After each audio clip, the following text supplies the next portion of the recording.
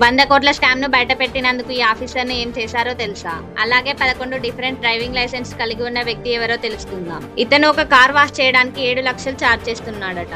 Indian ఆర్మీలోకి entry ఇచ్చిన international model గురించి, గూగుల్లో మీరెప్పుడు సెర్చ్ చేయని 2 ఇంట్రెస్టింగ్ విషయాల గురించి, ఇంకా ఇలాంటి ఆసక్తికరమైన విషయాల గురించి ఈ వీడియోలో కంప్లీట్ గా తెలుసుకుందాం. ట్రైన్ హారన్ సౌండ్స్ కి అర్థం ఏంటో తెలుసా? ఒక చిన్న హారన్ సౌండ్ వినిపిస్తే ట్రైన్ క్లీన్ చేయడానికి యార్డ్ కి తీసుకెళ్తున్నారని అర్థం. 2 చిన్న హారన్ సౌండ్స్ వినిపిస్తే ట్రైన్ వెళ్ళడానికి రెడీగా ఉందని అర్థం. 3 చిన్న హారన్లు వినిపిస్తే ఇంజిన్ లోకో పైలట్ కంట్రోల్ లో లేదని చెప్తున్నట్టు అర్థం. 4 చిన్న హారన్ సౌండ్స్ వినిపిస్తే ఆ ట్రైన్ లో ఏదో టెక్నికల్ ప్రాబ్లం వచ్చిందని అర్థం. ట్రైన్ నుంచి కంటిన్యూస్ గా హారన్స్ వస్తే ట్రైన్ ఆ ప్లాట్ఫామ్ పైన ఆగకుండా స్పీడ్ గా వెళ్లిపోతుందని అర్థం. 2 లాంగ్ హారన్స్, ఒక షార్ట్ హారన్ వస్తే ఎవరో ప్యాసింజర్స్ ట్రైన్ చైన్ లాగారని అర్థం. 6 షార్ట్ హారన్స్ వస్తే ట్రైన్ ప్రమాదకరమైన పరిస్థితుల్లో ఉందని అర్థం. మీకు ఈ ఇన్ఫర్మేషన్ నచ్చితే ఒక లైక్ చేయండి. గూగుల్లో మీరు ఎప్పుడు సెర్చ్ చేయని 2 ఇంట్రెస్టింగ్ విషయాలు. నెంబర్ 1, గూగుల్లో మీరు గూగుల్ గ్రావిటీ అని సెర్చ్ చేసి ఫస్ట్ వచ్చిన వెబ్సైట్ ని ఓపెన్ చేయండి. ఇప్పుడు మీరు పేజ్ పైన ఎక్కడ క్లిక్ చేసినా గూగుల్ మరియు కనిపించేవన్నీ కిందికి పడిపోతాయి. దేనినైనా వేలితో పైకి అంటే ఎగిరి గ్రావిటీకి మళ్ళీ కిందికి పడిపోతుంది. మీరు కూడా ఒకసారి ట్రై చేయండి, క్రేజీగా అనిపిస్తుంది. నెంబర్ 2, గూగుల్లో స్కేల్ ఆఫ్ ద యూనివర్స్ అని సెర్చ్ చేసి ఫస్ట్ వచ్చిన వెబ్సైట్ ని క్లిక్ చేయండి. ఇది ఇంకా క్రేజీగా ఉంటుంది. ఈ అనంతకోటి విశ్వంలో అన్నిటికన్నా చిన్నదాని నుంచి అన్నిటికన్నా పెద్దదాని వరకు వాటి సైజెస్ తో సహా మీరు చూడొచ్చు. ఒకసారి సెర్చ్ చేసి చూడండి, భలే థ్రిల్లింగ్ గా అనిపిస్తుంది. ఒక ఆడపులి ఏకంగా 436 మందిని చంపింది. అదే female Bengal tiger Champawat tigress. దీనిని డెవిల్ ఆఫ్ చంపావత్ అని పిలుస్తారు. మొదట ఈ టైగర్ వెస్టర్న్ నేపాల్ లో ఉండేది. ఉత్తరాఖండ్ చంపావల్ డిస్ట్రిక్ట్ లో కూడా విలేజర్స్ పై అటాక్ చేసి దాదాపు 230కి పైగా మనుషులను చంపింది. దాంతో పులిని చంపిన హంటర్ కి రివార్డ్ ఇస్తామని అనౌన్స్ చేశారు. ఎంతో మంది హంటర్స్ ఎంత ప్రయత్నించినా పులిని మాత్రం చంపలేకపోయారు. అది ప్రతిసారి చాలా క్లెవర్ గా తప్పించుకునేది. 436 వేటగా 16 ఏళ్ల అమ్మాయిని చంపిన ఈ పులిని 1907లో Anglo Indian hunter Jim Corbett పులిని ఫాలో అవుతూ వెళ్లి గన్ తో చెస్ట్ అండ్ షోల్డర్ పైన దాన్ని షూట్ చేశాడు. పులి బాడీని పోస్ట్ మార్టం కి పంపగా వారికి ఒక నిజం తెలిసింది. గతంలో దీని ముఖానికి గన్ షాట్ తగలడం వల్ల upper and lower Canaan teeth విరిగిపోయింది. దాంతో జంతువులను వేటాడలేక సస్టైన్ అవ్వడం కోసం మనుషులను చంపడం మొదలుపెట్టింది. మన ఇండియాలో ఏ రాష్ట్రంలో ఎక్కువగా నాన్ వెజ్ తినే వాళ్ళు ఉన్నారో తెలుసా? అసలు ఇండియాలో హైయెస్ట్ నాన్ వెజ్ తినే స్టేట్ ఏదో తెలిస్తే షాక్ అవుతారు. Number 5, Kerala. 97% of the population non veg తింటారు. Number 4, Odisha. 97.35%. And number 3, Andhra Pradesh. 98.25%. Number 2, west Bengal. 98.7%. And final గా number 1, Telangana. 98.8% of the population non veg తింటారు. మీరు వెజిటేరియనా నాన్ వెజిటేరియనా కామెంట్ చేయండి. ఈ భూమి మీద కొన్ని రోజుల పాటు సూర్యుడు అస్తమించని ప్రాంతాలున్నాయి. స్వీడన్లోని కిరునాలో మే నుండి ఆగస్టు వరకు సుమారు 100 రోజుల పాటు నిరంతర సూర్యకాంతిని ఆస్వాదించవచ్చు. నార్వేలో from May to late July 76 రోజుల పాటు 24 అవర్స్ వెలుతురు ఉంటుంది. ఫిన్లాండ్ లోని చాలా ప్రాంతాలు వేసవిలో 73 రోజుల పాటు స్ట్రేట్ సన్ లైట్ ని ఎక్స్పీరియన్స్ చేస్తాయి. ఈ భూమి మీద కొన్ని రోజుల పాటు సూర్యుడు ఉదయించని ప్రాంతాలున్నాయి. నార్వేలోని స్వాల్బార్డ్ లో లేట్ అక్టోబర్ నుంచి మిడ్ ఫిబ్రవరి వరకు సూర్యుడు ఉదయించడు. అంటార్టికాలోని కొన్ని ప్రాంతాలు నెలల తరబడి పగటి వెలుగులకు దూరమై పోలార్ లైట్స్ ని ఎక్స్పీరియన్స్ చేస్తాయి. కెనడాలోని అలర్ట్ టౌన్ లో ఎర్లీ నవంబర్ నుంచి లేట్ ఫిబ్రవరి వరకు 4 నెలల పాటు సూర్యుడు ఉదయించడు. కొన్ని స్కూల్స్ తమ స్టూడెంట్స్ తో ఇలాంటి మంచి పనులు కూడా చేయిస్తున్నాయి. మహారాష్ట్రలోని పూణే జల్గాన్ డిస్ట్రిక్ట్ లో 5th to 10th class students Sagarmitra Abhiyan programme ద్వారా ప్లాస్టిక్ ని రీసైక్లింగ్ చేస్తున్నారు. ఈ సాగరమిత్ర అభియాన్ ప్రోగ్రామ్ లో భాగంగా స్టూడెంట్స్ కు ప్లాస్టిక్ వల్ల సముద్ర జీవులకు కలిగే ప్రమాదాల గురించి అవగాహన కల్పిస్తూ స్టూడెంట్స్ ని ఎకో వారియర్స్ గా మారుస్తున్నారు. ఇక్కడి స్టూడెంట్స్ సంవత్సరానికి 1,00,000 కేజీల ప్లాస్టిక్ ను రీసైక్లింగ్ చేస్తున్నారు. స్టూడెంట్స్ తమ ఇంటి నుండి plastic bags, plastic bottles, tooth బ్రష్ల వంటి అన్ని ప్లాస్టిక్స్ ను కలెక్ట్ చేసి స్కూల్లోని టీచర్స్ అండ్ వాలంటీర్ కి అందజేసి సాగర్ మిత్ర టైటిల్ ని పొందుతారు. ఈ ఇనిషియేటివ్ ప్రతి నెల రివర్స్ అండ్ ఓషియన్స్ లో కలిసే టన్నుల కొద్ది ప్లాస్టిక్ ను డైవర్ట్ చేసి లక్షలాది సముద్ర జీవుల ప్రాణాలు రక్షిస్తుంది. ఒక మంచి పని చేయడానికి మనసు ఉండాలే తప్ప వయసుతో సంబంధం లేదని ప్రూవ్ చేస్తున్న ఈ రేపటి పౌరుల గురించి మీ అభిప్రాయం ఏంటో కామెంట్ చేయండి. యాక్టర్ అవ్వక ముందు ఒక సేల్స్ మ్యాన్ గా పనిచేశారు. ఆయన విజయ్ సేతుపతి గారు. యాక్టర్ అవ్వాలని ఎన్నో కలలు కన్న విజయ్ సేతుపతి గారు 16 ఏళ్ల వయసు నుంచే ఆడిషన్స్ ఇవ్వడం స్టార్ట్ చేశారు.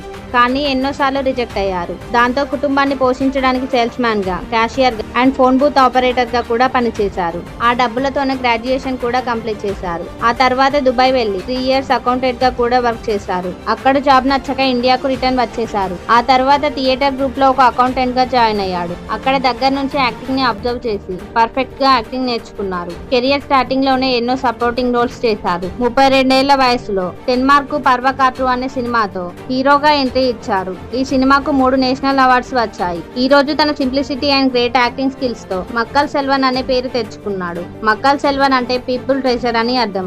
అది ఫ్యాన్స్ కు ఆయనపై ఉన్న గౌరవాన్ని తెలుపుతుంది. సేతుపతి గారి సినిమాల్లో మీ ఫేవరెట్ సినిమా ఏంటో కామెంట్ చేయండి. ప్రపంచంలోనే అతిపెద్ద సోలార్ ప్లాంట్ ఎక్కడుందో తెలుసా?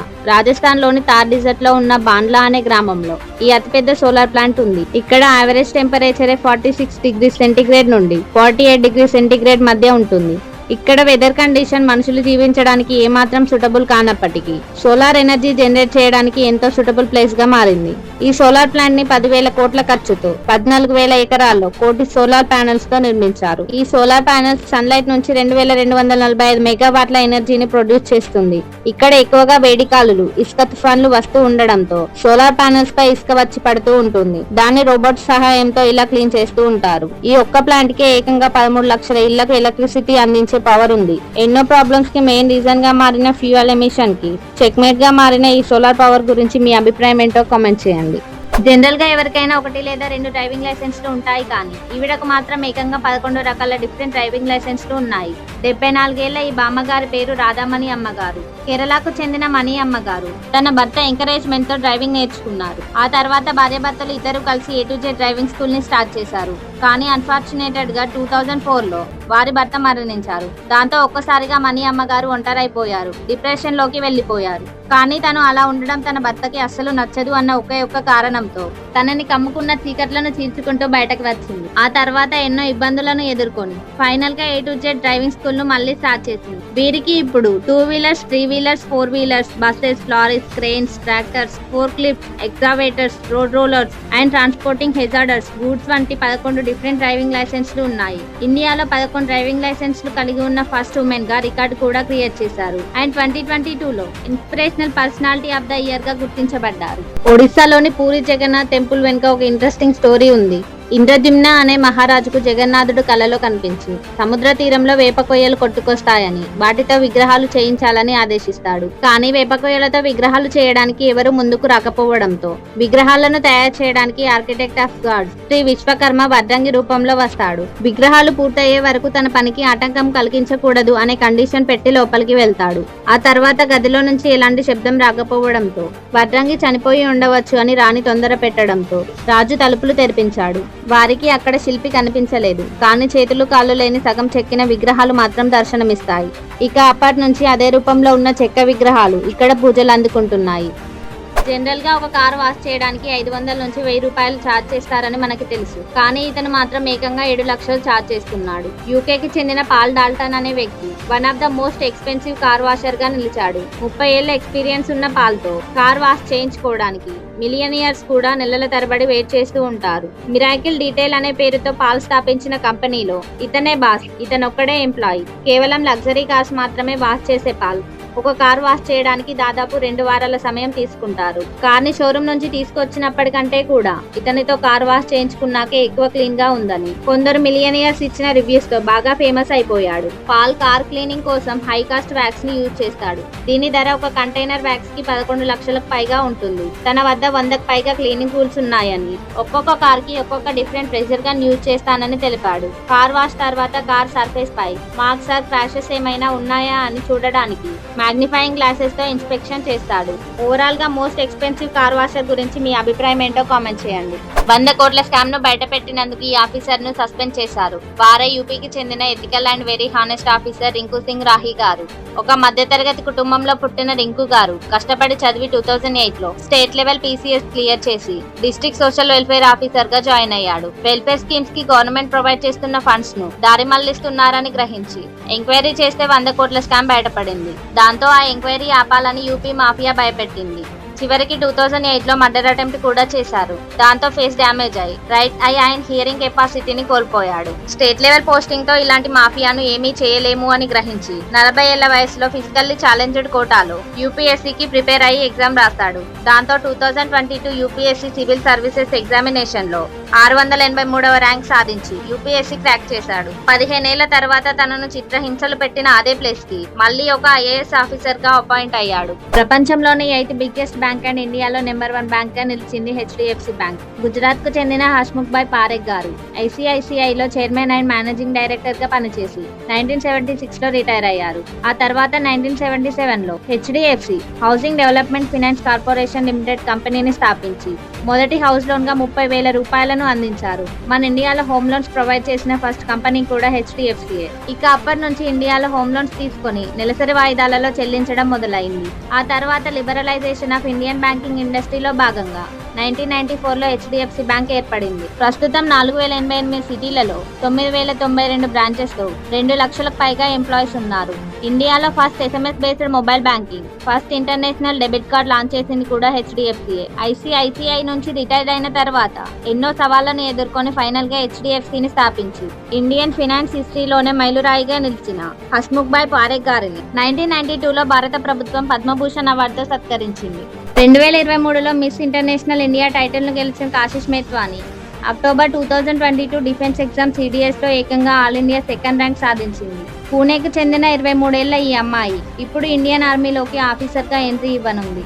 సర్వీసెస్ అండ్ లీడర్షిప్ పట్ల ఆమెకున్న కమిట్మెంట్ తో ఏకంగా ప్రైమ్ మినిస్టర్ నరేంద్ర మోడీ గారి చేతుల మీదుగా ఆల్ ఇండియా బెస్ట్ క్యాడెట్ అవార్డును కూడా అందుకుంది. తను హార్వర్డ్ యూనివర్సిటీలో పిహెచ్డి చేసే అవకాశం వచ్చినా తనకున్న దేశభక్తి నిబద్ధతతో ఇండియన్ ఆర్మీలో చేరి దేశానికి సేవ చేయాలని నిర్ణయించుకుంది. ఈమె ఒక Bharatanatyam dancer, basketball player and national level pistol shooter. Overall గా ఒక మల్టీ టాలెంటెడ్ పర్సన్. అటు చదువులోను ఇటు అందంలోను ఎంతో ముందున్న ఈ అమ్మాయి దేశ సేవలో నిమగ్నం అవుతూ ప్రజల జీవితాల్లో పాజిటివ్ చేంజెస్ తీసుకురావాలని లక్ష్యంగా పెట్టుకుంది. బడ్జెట్ పెట్టాల్సిన ఫైనాన్స్ మినిస్టర్ హల్వా పెడుతుందేంటి అని ఆశ్చర్యపోతున్నారా? ఈ స్వీట్ హల్వా వెనుక ఒక హార్ట్ స్టోరీ ఉంది. Union budget preparation final process ఈ హల్వా సెరిమనీ. బడ్జెట్ ప్రిపరేషన్ లోనే ఇన్వాల్వ్ అయిన అఫీషియల్స్ అండ్ స్టాఫ్ కు హల్వా తయారు చేసి వడ్డిస్తారు. ఆర్థిక మంత్రి బడ్జెట్ సమర్పించే వరకు అందులో ఇన్వాల్వ్ అయిన అధికారులు ఫైనాన్స్ మినిస్టర్ తోనే క్వారంటైన్ లో ఉండాల్సి ఉంటుంది. ఇండియన్ గవర్నమెంట్ ఏ సెక్టార్ లో ఎక్కువ అమౌంట్ ని ఇన్వెస్ట్ చేస్తుంది, బడ్జెట్ ఏ సెక్టార్ లో ఎక్కువ బెనిఫిట్స్ పొందుతుంది అనే పూర్తి ఇన్ఫర్మేషన్ వీరితో ఉంటుంది. కాబట్టి ఈ ఇన్ఫర్మేషన్ బయటికి రాకుండా ఎలాంటి లీక్స్ జరగకుండా అధికారులను క్వారంటైన్ లో ఉంచుతారు. ఆ టైంలో వాళ్ళ మొబైల్ ఫోన్స్ ని కూడా తీసేసుకుంటారు. ఫ్యామిలీస్ ని కలవడం, బయట వాళ్ళతో కమ్యూనికేషన్ లాంటివి జరగనివ్వరు. ఈ బడ్జెట్ మేకింగ్ ప్రాసెస్ లో ఇన్వాల్వ్ అయిన వాళ్ళను ఢిల్లీ పోలీస్ వాళ్ళ సహాయంతో ఇంటెలిజెన్స్ బ్యూరో పర్యవేక్షిస్తూ ఉంటుంది. చివరిగా ప్రధాని అప్రూవల్ పొందిన తర్వాత బడ్జెట్ ను ప్రింట్ చేస్తారు. ఓవరాల్ గా ఈ ప్రాసెస్ పై మీ అభిప్రాయం ఏంటో కామెంట్ చేయండి. అండ్ ఇన్ఫర్మేషన్ నచ్చితే ఒక లైక్ చేయండి. ఇలాంటి ఒక ప్రధానమంత్రి ఏ దేశానికి ఉండరేమో. 1964లో లాల్ బహదూర్ శాస్త్రి గారు ప్రైమ్ మినిస్టర్ గా ఉన్నప్పుడు తమ కుటుంబ సభ్యులను కూడా ఆఫీస్ కార్ లో ప్రైవేట్ పనుల కోసం యూజ్ చేయడానికి అనుమతించేవారు కాదు. వారి పిల్లలు కూడా టాంగాలోనే స్కూల్ కి వెళ్లేవారు. దాంతో కుటుంబ సభ్యులు సొంతంగా ఒక కారు కొనాలని బలవంత పెట్టారు. అప్పట్లో న్యూ ఫియాట్ కార్ ప్రైస్ 12,000. కానీ శాస్త్రి గారి అకౌంట్ లో కేవలం 7,000 మాత్రమే ఉన్నాయి. దాంతో శాస్త్రి గారు ఎలాంటి పొలిటికల్ పవర్ అండ్ ఇన్ఫ్లుయెన్స్ వాడకుండా పంజాబ్ నేషనల్ బ్యాంక్ లో 5,000 లోన్ కోసం అప్లై చేశారు. ఆ బ్యాంక్ వాళ్ళు అదే రోజున లోన్ అప్రూవల్ కూడా చేశారు. అప్పుడు శాస్త్రి గారు సామాన్యులకు కూడా ఇలాగే ఇంత ఫాస్ట్ గా సేవలు అందించాలని బ్యాంక్ వారికి చెప్పారు. ఆ తర్వాత కొన్నాళ్లకు శాస్త్రి గారు తష్కెంట్ లో మరణించారు. అప్పటికి బ్యాంక్ నుంచి తీసుకున్న కార్ లోన్ రీపేమెంట్ కంప్లీట్ అవ్వకపోవడంతో శాస్త్రి గారి విలువలను కాపాడుతూ వారి సతీమణి లలిత గారు ఆమె పొందిన పెన్షన్ డబ్బులతోనే లోన్ అమౌంట్ ను చెల్లించారు. శాస్త్రి గారు లోన్ తో కొన్న క్రీమ్ కలర్డ్ ఫియట్ కార్ ఇప్పటికీ లాల్ బహదూర్ శాస్త్రి మెమోరియల్ లో ప్రదర్శనకు ఉంచారు. నిస్వార్థంగా దేశానికి సేవలు అందించిన నాయకులలో శాస్త్రి గారు ఎప్పుడూ ముందు వరుసలోనే ఉంటారు. జై హింద్.